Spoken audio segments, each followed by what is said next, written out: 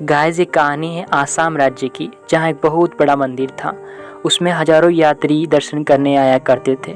एक दिन अचानक वहाँ का प्रधान पुजारी मर गया। अब मंदिर का ध्यान रखने वाला महंत को दूसरे पुजारी की ज़रूरत हुई। यह आवश्यकता हुई। उन्होंने घोषणा करा दी कि जो कल सवेरे या सुबह पहले आकर यहाँ पूजा से संबंधित जांच करेगा और उसमें जो सही लगेगा उसे पुजारी रख दिया जाएगा। मंदिर बड़ा था, पुजारी को बहुत आमदनी भी थी। बहुत से ब्राह्मण सवेरे पहुंचने के लिए चल पड़े। मंदिर पहाड़ी पर था, एक ही रास्ता था, उस पर भी कांटे और कंकड़ पत्थर थे। ब्राह्मणों की भीड़ चली जा रही थी मंदिर की ओर। किसी प्रकार कांटे और कंकड़ों से बचते हुए लोग जा रहे थे। सब ब्राह्मण पहुंच गए। महंत ने सबको आदरपूर्वक बिठाया। सबको भगवान का प्रसाद मिला। सबसे अलग अलग प्रश्न और कुछ क्वेश्चन पूछे गए, मंत्र पूछे गए।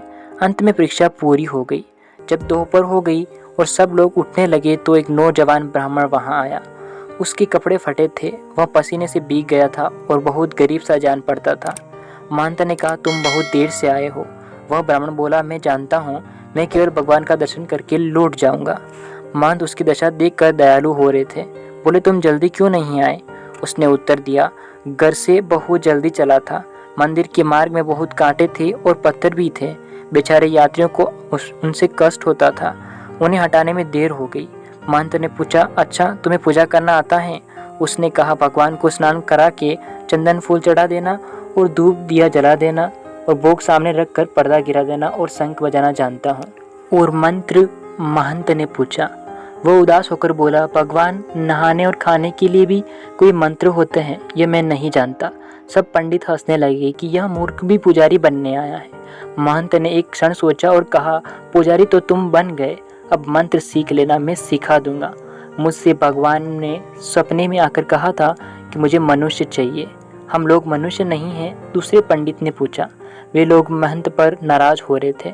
इतने पढ़े लिखे विद्वान के रहते महंत एक ऐसे आदमी को पुजारी बना देना चाहता था जो उसे मंत्र भी नहीं आते हैं। यह पंडितों को अपमान की बात जान पड़ती थी। महंत ने पंडितों की ओर देखा और कहा, अपने स्वार्थ की बात तो पशु भी जानते हैं।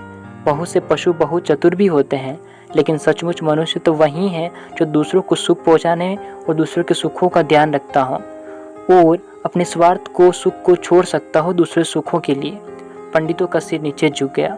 उन लोगों को बड़ी लज्जा आई। वे धीरे धीरे उठे और मंदिर में भगवान और महंत जी को नमस्कार करके उस पर्वत से नीचे उतरने लगे। गाइस, आप भी कभी किसी के जीवन में खुशियों का कारण बने हों तो मुझे कमेंट बॉक्स में ज़रूर बताइएगा, मैं रिप्लाई ज़रूर दूंगा। चलो मिलते हैं नेक्स्ट वीडियो में, तब तक के लिए bye bye, have a nice day.